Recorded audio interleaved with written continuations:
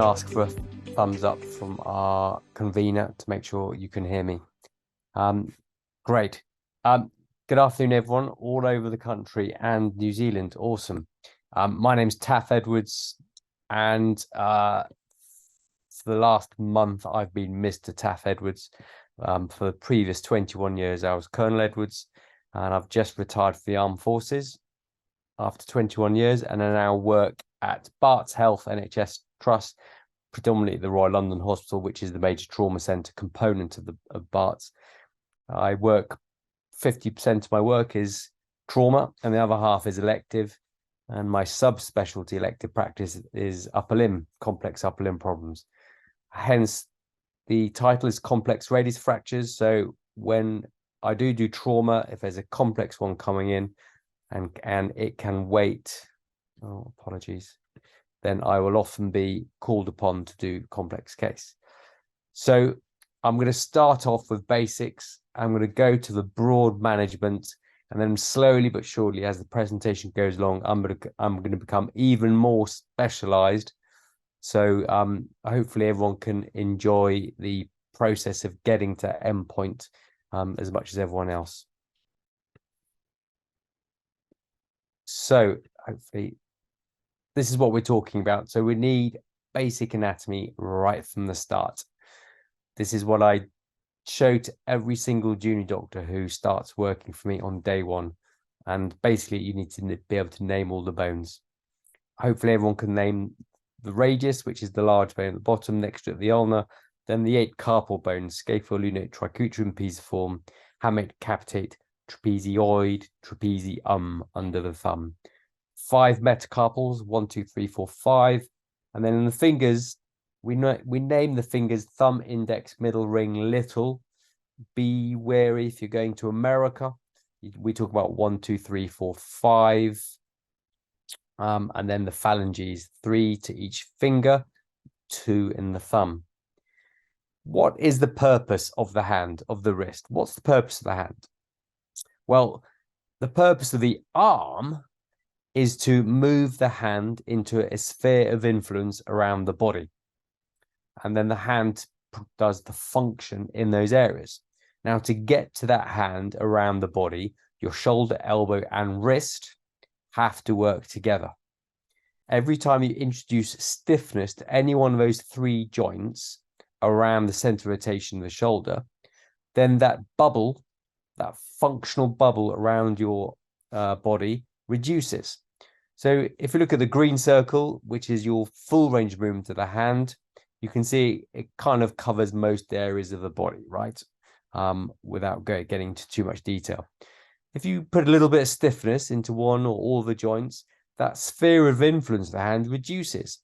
And hopefully now you can see you can get your hand to your head, but you can't get your hand elsewhere in the body to do ablutions and cleaning.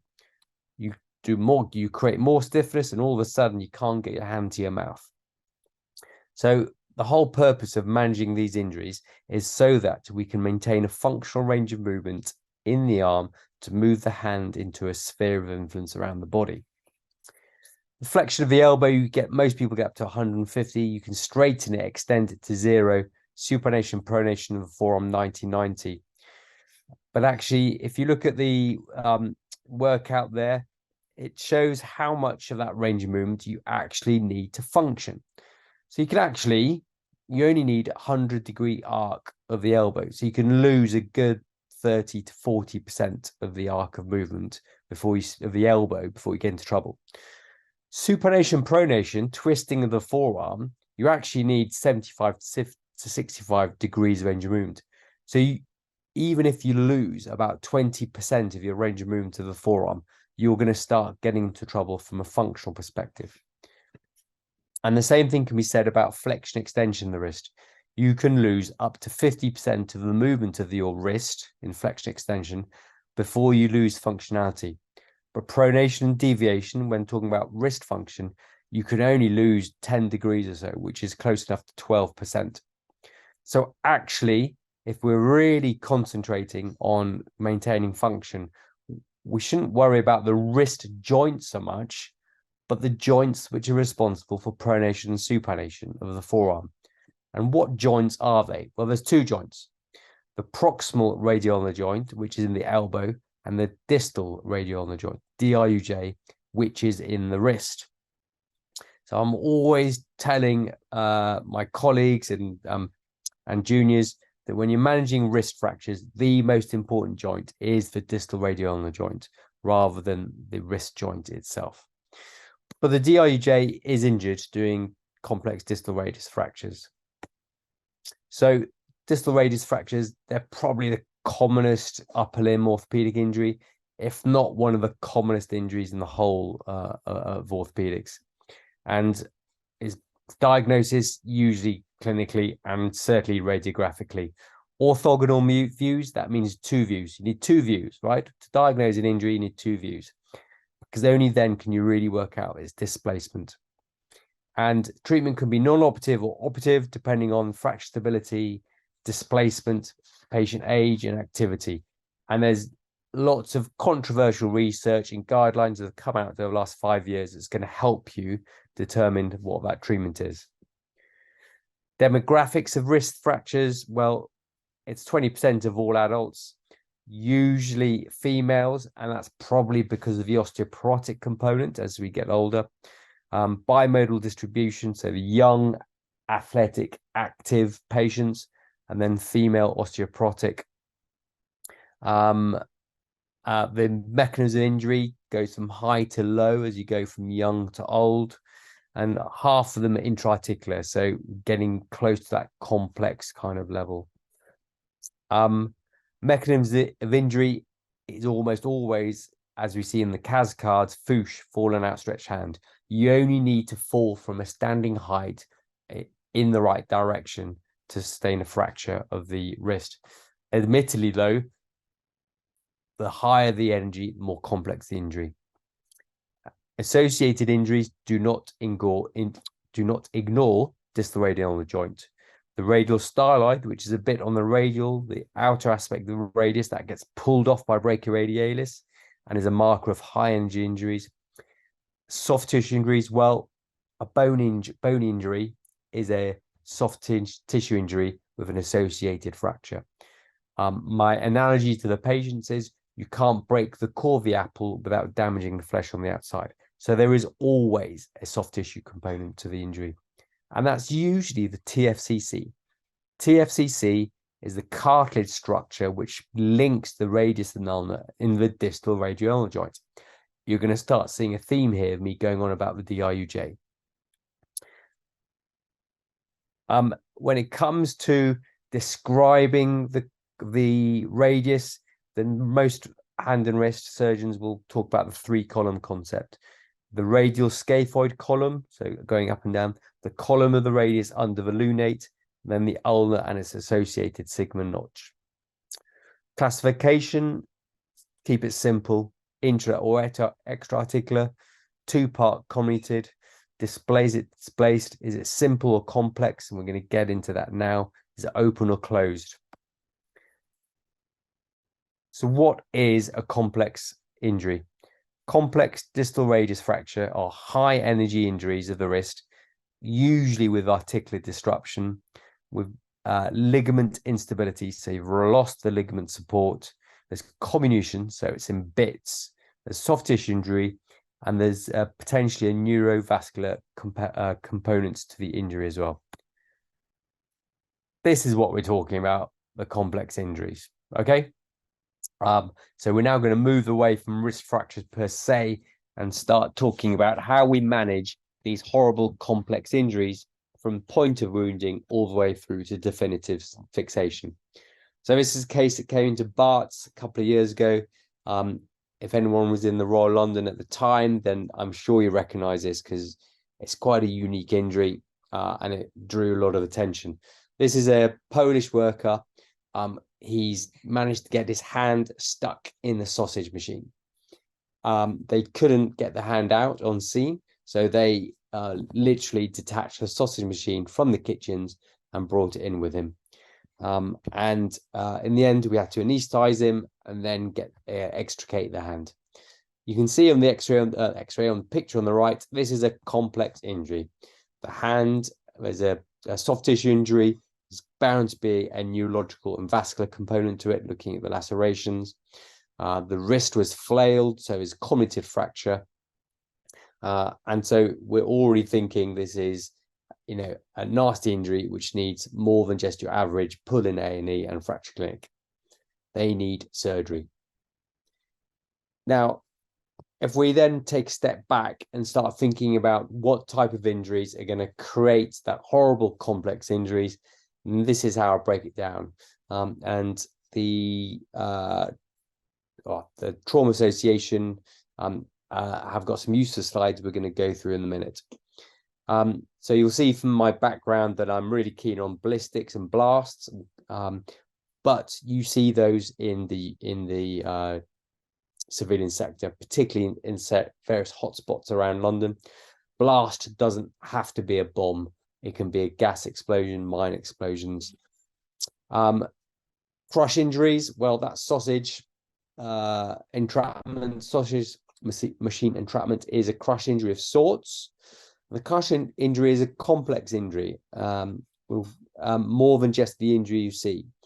Knife injury, so we see a fair amount of machete type injuries. I dealt with one last week where you have segmental fractures of the forearm due to a machete and in that defensive mode. So there you have neurological, vascular, and osseous component due to the machete. Hazmat and CRBRN, I think we're not going to touch on here. And ordinarily, I always like to talk about disaster and major incident planning, but let's keep that for another evening. Ballistic.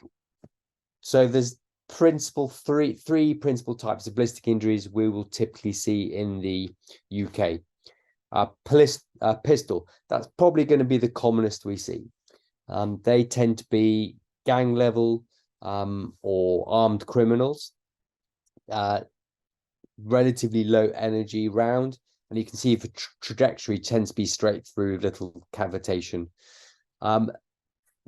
All the films, people get shot in the torso, on the abdomen. Reality is, because people do not train with pistols, they tend to be extremity injuries. So we tend to see through and through injuries in the forearm, in that kind of defensive mode. AK-47, you'll see that in the terrorist base attacks. Very rare outside of that in the UK. The AK-47, it's purposely designed to create cavitation wounds, which stop someone in their tracks, but also causes devastating injury and death. The Remington rifle, commonly used by the police in the UK, again, it has a purpose-made round in it. The purpose of the Remington munition is that it will stop within the cavity of the first victim, hopefully the intended victim. And the reason for that is so the bullet doesn't go through and through and hit someone, a bystander behind. That's purposely designed to do that. The consequence of that is the energy all gets transferred into that part of the body, because the bullet will stop. So you get huge soft tissue injuries with those types of wounds. If it hits a bone, the bone will just disintegrate. These are the different types of trajectories we'll see. So a carefully placed police sniper, you'll tend to get that Y pattern. That's because the police tend to be in a crouched position shooting up at the victim. The X and X, the blue arrows, tend to be that more terrorist type related injuries. With the AK-47s, that's because it's usually less targeted. They lose control. If anyone's fired the AK-47, as you fire it, the weapon goes from a pointed down position to a pointed up position. So you see scatter of rounds in the body. And Z tends to be the gangland killing. Usually they're up close, they're in a tussle, they're in a fight. So the weapon tends to be pointed down. quite commonly we see through and through arm into leg with the pistol gangland type shooting. Blast. This is a topic I'm done a doctorate in and experienced firsthand. And there's five, if you include the late complications, but 4 primary reasons for injuries from blast injuries. Primary blast injury is that shock wave, that hit from a shock wave from the explosion. You tend to get injuries with air components in the body containing air, or where there's a change in interface between structures, where there's a density change, such as going from liver to bowel. Shrapnel fragmentation is from the device itself or from the environment. Then the tertiary is where the body gets thrown. That's where you see flailing of the arms and legs, causing the fractures, partial amputations, and injuries. Quaternary injuries where burns or gas inhalation, and then quinary is where you get to the infections or late complications from those injuries.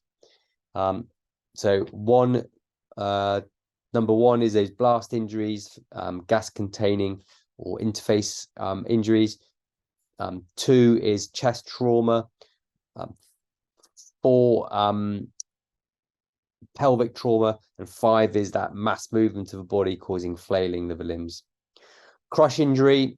So the key component, if we go back to that picture of our sausage machine, Polish worker, they removed the machine from the kitchen because the kitchen was in a cold environment. If it's, if someone is crushed or entrapped, there's a long extraction time, so you can get things like hypothermia, hypovolemia, dehydration, and the longer a person is crushed, the more likely they are to develop things like rhabdomyolysis and following on from that, secondary kidney problems. So crush injuries aren't just about the localized crush, they're also about the environment. So they decided it'd be easier to get the machine into the A&E department and us deal with it there, rather than a prolonged extraction time at the scene. Penetrating knife injuries. We see a lot of upper limb injuries with knife injuries. And there's 2 types. The tear-related stab injuries, that classically is hand over grasp, so knife pointing down, and someone being attacked with the attacker with a hand in the air coming down onto you. Why do we get upper limb? Is because of a defensive, people bring their arms up for defensive position. The interpersonal stab injury, so the gangland or stab or muggings, that's the underhand grip, so the knife pointing up, tends to be up and personal with the knife coming up. And again, I tend to see, apart from the abdominal visceral injuries, tend to see hand and finger injuries from those types of injuries, rather than the overhand forearm injuries, because the person's trying to push away the knife with using their hands and fingers. So there you are, face and shoulders and arms with the overhand hand grip, and then the thigh and hand injuries from the sort of gangland muggings. Patient gets to A&E. I don't want to teach everyone to suck eggs. Looking at who's on the group tonight, you're all exceedingly experienced in ABCDE, but complex upper limb injuries, you should approach as an ABCD approach, because normally the mechanism of injury is such that other injuries should be looked out for. Any open fracture, so a complex injury is almost always inherently open, as in the bone is exposed to the air. The open fractures are covered in the emergency department by the British Orthopaedic Association Standards of Trauma Care. This used to be called BOAST-4, now it's just called BOAST Guidelines of Open Fractures. Have a look at that. If you type in BOA open fractures, you'll see that. But there are some things that I think we should extract immediately to discuss tonight. First of all, antibiotics. one of the first things you need to consider as part of your ATLS protocol once you get to the E component is early provision of antibiotics. It's something that the orthopedic team or plastics team should be bringing to the discussion as soon as you've got to E of A, B, C, D, E. It's almost the one thing that you can do in the A&E department, or the only thing you can do in the A&E department, which is going to reduce the secondary infections down the line. It's pretty easy to save someone's life. It takes a long time to get rid of deep-rooted infections in bones.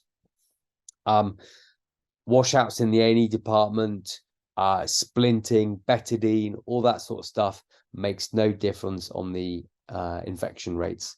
The one thing that makes a difference is antibiotics. In fact, if anything, if you look further down on the base guidelines, it says mini washouts in the A&E department is not indicated. We don't recommend them anymore. There's always that chance they do harm, but equally we know with the evidence and the research that it doesn't make a difference to the outcome. If there's gross contamination, so if you can see horse poo in the wound, yes, take it out. But don't start getting down and dirty with the meticulous cleaning in A&E. Examination. It notes that you always should examine for neurovascular deficit. It is no longer acceptable to write NV intact. Just typing neurovascular intact doesn't actually convey to anyone who's reading that a neurological examination to the standard expected has been performed. So we're talking about wrist fractures. I would expect the median, ulnar, and ulnar nerve to be examined in the hand in a complex wrist injury. And you'd need to put M, U, and R intact, or median, ulnar, radial nerve intact. And you can differentiate the three. Only that is probably what the standard that is expected now of a neurological exam. Please try and think out of the box and getting out of the habit of just writing NV intact. It doesn't mean anything. Splint, do think about splints. Do think about that could be off-the-shelf wrist splint or a back slab. I'm afraid the argument of, well, they don't need a back slab, they're going to theatre, doesn't cut the mustard. There's lots of reasons why you put people in a splint or back slab. First of all, pain relief.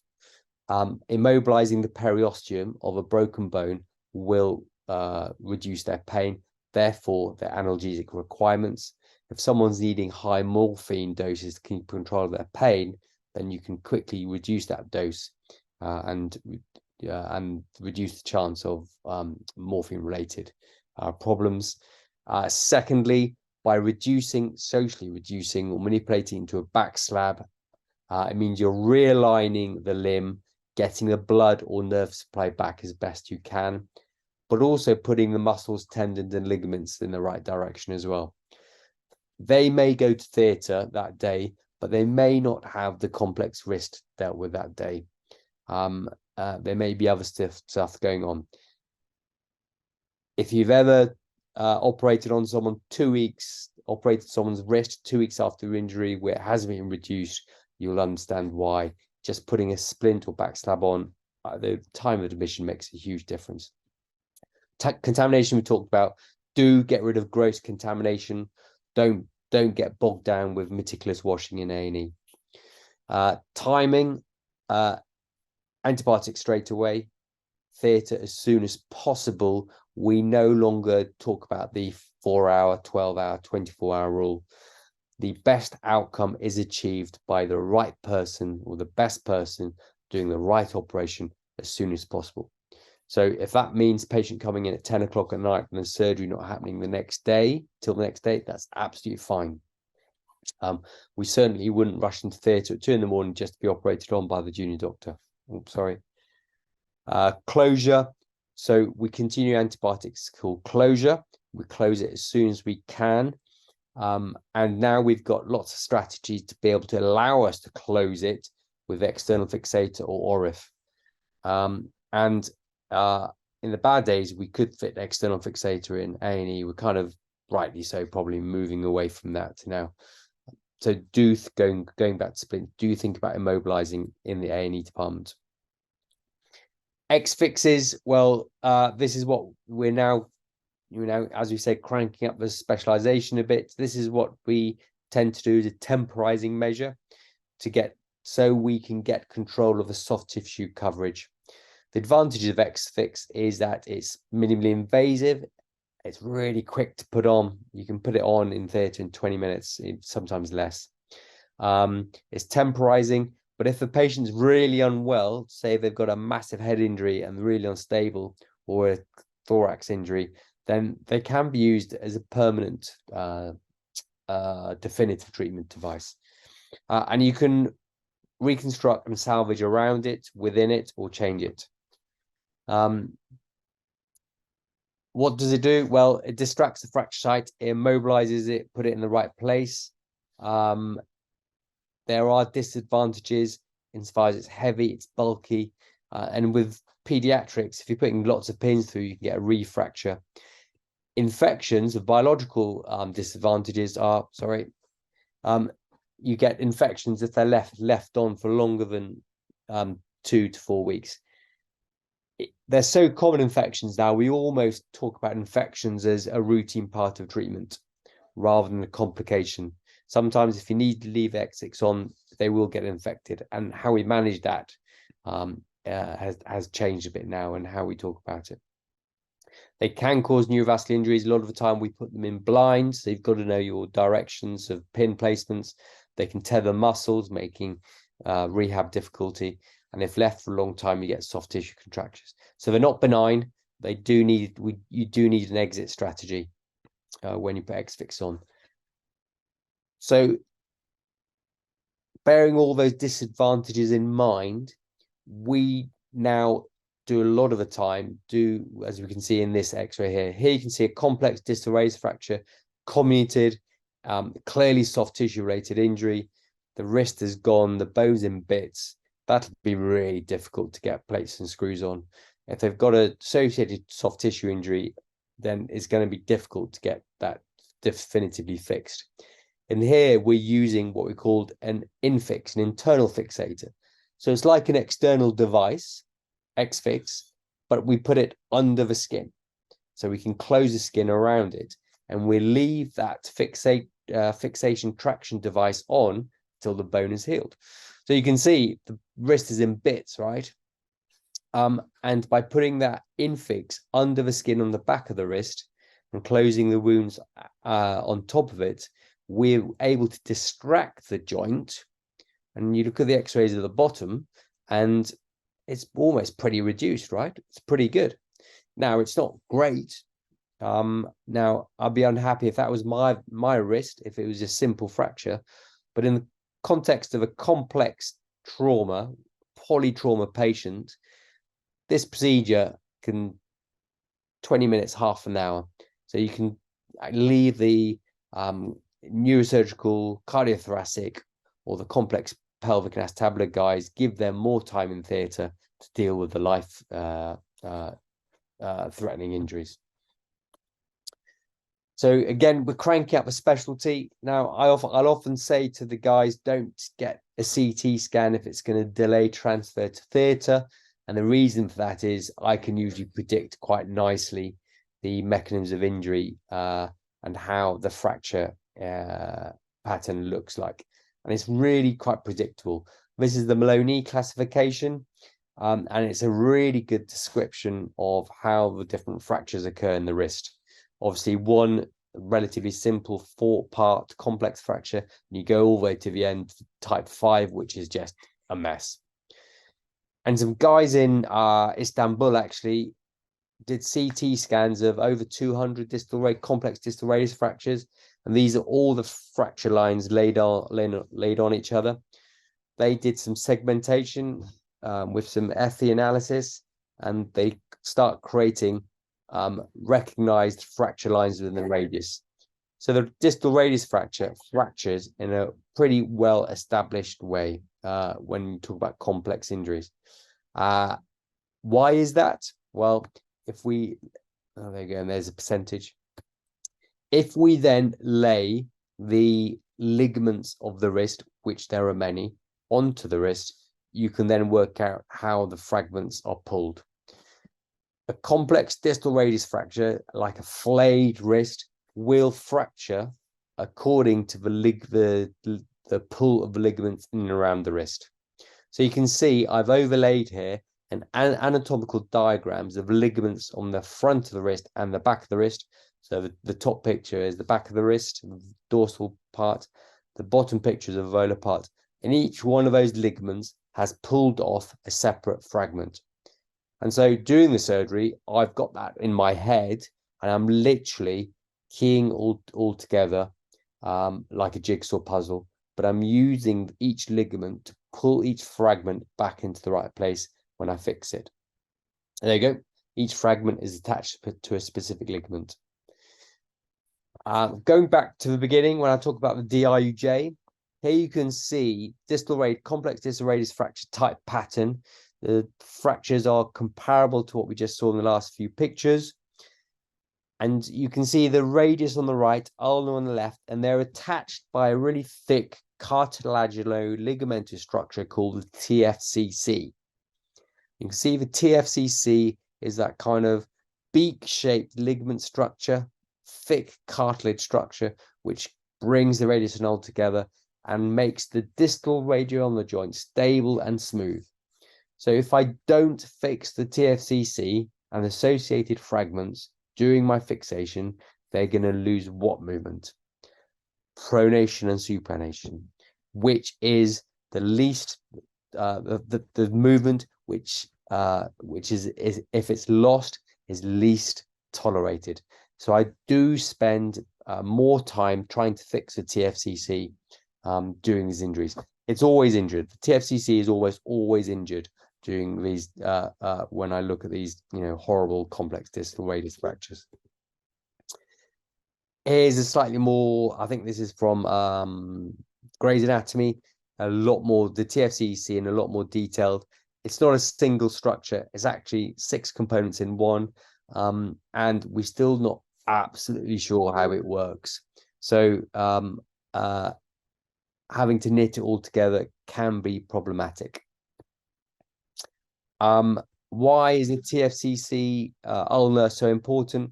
Well, we know about the purpose of the hand. Purpose of the arm is to move the hand into sphere of influence. What muscles and move the hand? Well, it's the flexors on the front, extensors on the back, and without those activities, the hand isn't going to open up. Those flexors and extensors are attached to the radius. That whole radial flexor extensor mass is attached to the ulna. It rotates around the ulna using a structure called the interosseous membrane, transmitting its force away from the distal radioulnar joint. Joint stability at the top end of the forearm is at the elbow, the humerus, the proximal radioulnar joint, which is then stabilized to the humerus.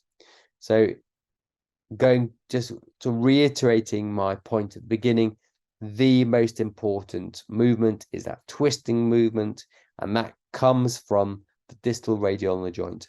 And the radius and the flexor extensor mass of muscles rotate around the ulna. So this is my fixation, all the orthopods out there. This is my fixation strategy during theatre. In order of importance, stabilize the ulna, reduce the DIUJ onto the ulna, reduce the lunate fossa fragment of the radius onto the luna, then the scaphoid fossa, then the radial styloid. Simple. And there's lots of different ways you can do it. It's fragment-specific fixation. You can use the plate to do fragment-specific fixation on the right. You can see quite clearly that the radius was in bits, but I've, like that jigsaw puzzle, I've slowly but surely keyed it all back together, starting from ulnar to radius. Or I've used, this is called the TriMed system, or I've used a plate and a screw or a wire to attach each fragment onto the shaft. There's horses for courses, different ways you can treat both injuries. And it's really important you have all those in your armory to be able to deal with whichever you're faced with in theatre. At the end of the operation, 4 views: lateral, elevated lateral, so you can see on the bottom x-ray, you can see a nice shoot through the joint. That's to make sure your screws aren't in joint. You need an AP view, then a dorsal shoot through, make sure you haven't got screws. Tips for any surgeons out there: always try and go volar front when you're fixing. Always use a plate if you can. Always stabilize the DRUJ. Fragments of the technique. 4 views of the x-ray at the end of the case. And there you go. Any questions, please do get in touch. taffedwards@nhs.net. And there you go. A whirlwind tour going from pre-hospital basics all the way through to complex reconstruction. I hope there was something for everyone in there. And I'm happy to take questions.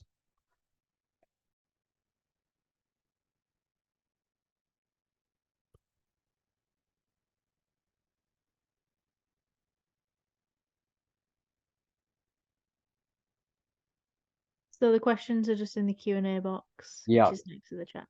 Waiting.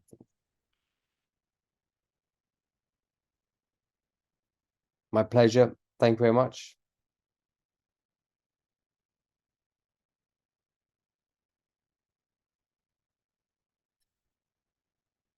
So far, I've been let off the hook.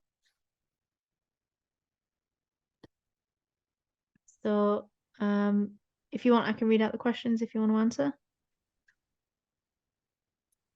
Oh, hang on. Maybe I'm looking at, sorry, I'm looking at the webinar chat. My apologies. Here we go. Neuro to include sensation and motor. Yes. So if you look at the dermatomes and sensory areas of the nerve, then you can quite easily in the hand, OK sign median nerve, thumbs up radial nerve, spread your fingers wide, ulnar and media, and crossing your fingers in your kind of hope to die kind of is your ulnar nerve as well. And then the dermatome, and then the dermatomes, superficial branch radial nerve, thumb and little finger. I think pre-hospital, the assessment, yes, you're absolutely right. Catastrophic hemorrhage, don't forget that. Vascular capillary refill. Yes and no. It's very good at gross. However, capillary refill can be influenced by venous return as well as arterial return. If you can, radius and ulnar, but equally you can do digital Allen's test of the fingers. But if it's completely mangled, then yes, if you have a capillary refill less than 2 seconds, then that's adequate. The problem with CRT is if it's more than 2 seconds, you're then scratching your head. Is it artery or is it vein? Is the TFCC around the ulnar side? Yes, it is. The TFCC wraps itself around, and the ECU and subsheath, extensor carpi ulnaris and subsheath, is actually on the ulnar aspect of the ulnar styloid, and its ECU is one of the principal stabilizers. So yes, I could talk for months about the TFCC. What's the general rehab for these kinds of patients? Is it bespoke? Yeah, you need a physio or hand therapist who's used to coping with these, and we get them seen within 5 days. Oh, there you go, Jenny. There's the question. Our trauma patients are seen within 5 days. I think 2 earlier than that. They're in quite a bit of pain anyway. Those wrist fractures were pretty much what I was faced with as a rugby injury. Completely repaired by a top surgeon. Good to hear. Good to hear. Pre-hospital care main takeaway seems. Oh, hang on, that scroll down. Seems to be immobilized. Yeah. So splint. And there's lots of different ways. You guys, you've got lots of kit and devices. Simple. If that's all you've got is one of those simple roll SAM splints, that is great, right? Just immobilize it. And immobilizing it actually restores blood supply, restores the nerve supply, and the earlier return blood supply, you reduce the risk of infection as well down the line. So it's not just about saving the vascular to the hand immediately, you're also reducing the risk of infection. Reduction of the deformed wrist fracture by paramedics, absolutely. Yeah, if you come see the patient and the arm is 90 degrees and the hand is white, then that reduction maneuver is going to save that body, that person's arm. Otherwise, you splint in situ.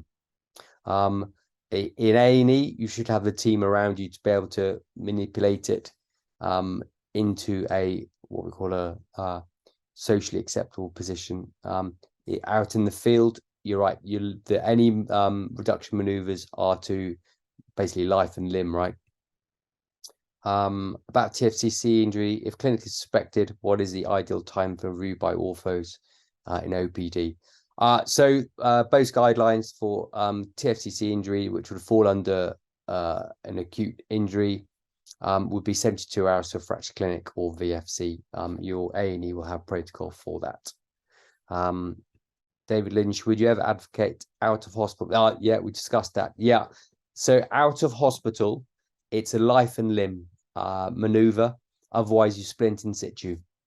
But even splinting in situ and moving and reducing movement across that fracture reduces pain, protects the blood supply and nerve supply. Can you elaborate on why volar approach is preferable given that important neurovascular? Yeah. So you're absolutely right. And I remember as a year one registrar thinking, why would you go volar? You have to literally go within millimeters of the radial artery and median nerve. The reason for this is principally two reasons. One is most of your injuries are volar and easily dealt with volar. Secondly, metalwork and scarring on the back of the wrist is really poorly tolerated to the point that usually you have to take any metalwork out on the dorsal side. And actually, the volar approach to the wrist is pretty straightforward. Once you know where the median nerve and artery is, it's actually a really easy approach to get onto the radius. And anyone who's done a few can get down to the radius within 2 or 3 minutes without any issues. So yeah, it doesn't make sense. You're right, Catriona. It doesn't make sense. Volar, in my mind, initially you thought was a bit risky, but actually it's an easier approach. Is the nerve injury, Coleman's asking, is a nerve injury normally neuropraxia or neurotomesis? Entirely based on the mechanism of injury. Blunt injuries are going to be neuropraxia, penetrating injuries, neurotomesis or axonomesis, right? So it all depends on mechanism of injury. Do you repair the nerves or do you decompress surgery if there is evidence of nerve injury? If there's nerve injury evident at the time of the injury, then and it's an open injury, then that deserves an exploration. If it's a closed injury, the most likely causes neuropraxia, and you treat that as you would do any other closed injury. You don't necessarily have to chase the nerve. However, you would monitor that nerve at 2 weeks. And with neuropraxia, you should be beginning to see some change by 2 weeks. If you don't, then early nerve conduction tests are recommended. Used to say nerve conduction tests don't show anything till 6 weeks, 3 months.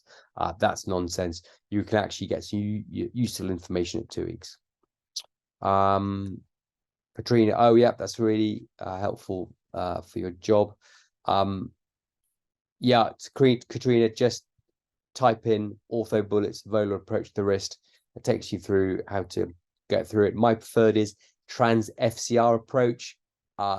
And if you go through the FCR sheath, then that's your easy plane to make sure the median nerve goes one way and the radial artery goes the other.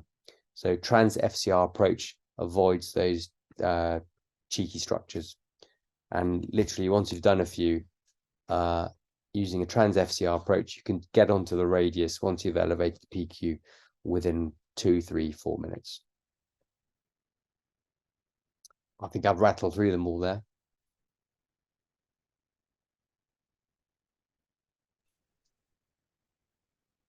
That's great. Thank you so much, Taff. I'm sure My everybody my learned pleasure. a lot. So I just need to go back onto my Going to stop. yeah.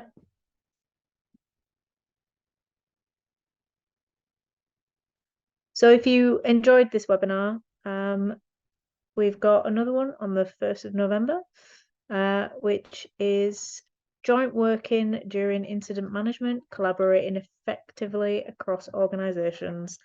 I'm sure that can also be transferred into different areas, not just in trauma medicine as well.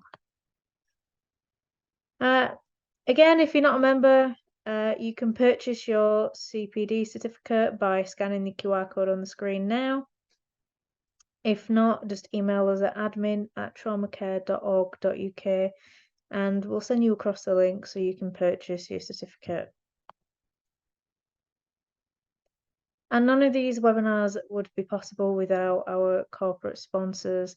And one of our sponsors is QualSafe, who help us in many ways, but they've got lots of courses, CPD courses, and they're always at our conferences. They'll definitely be there at Yarnfield next year. And if you want to check out their website, please just scan the QR code on the screen now. And another of our sponsors, Galen, again, they produce lots of medications. I'm sure I've got loads at home by Galen myself.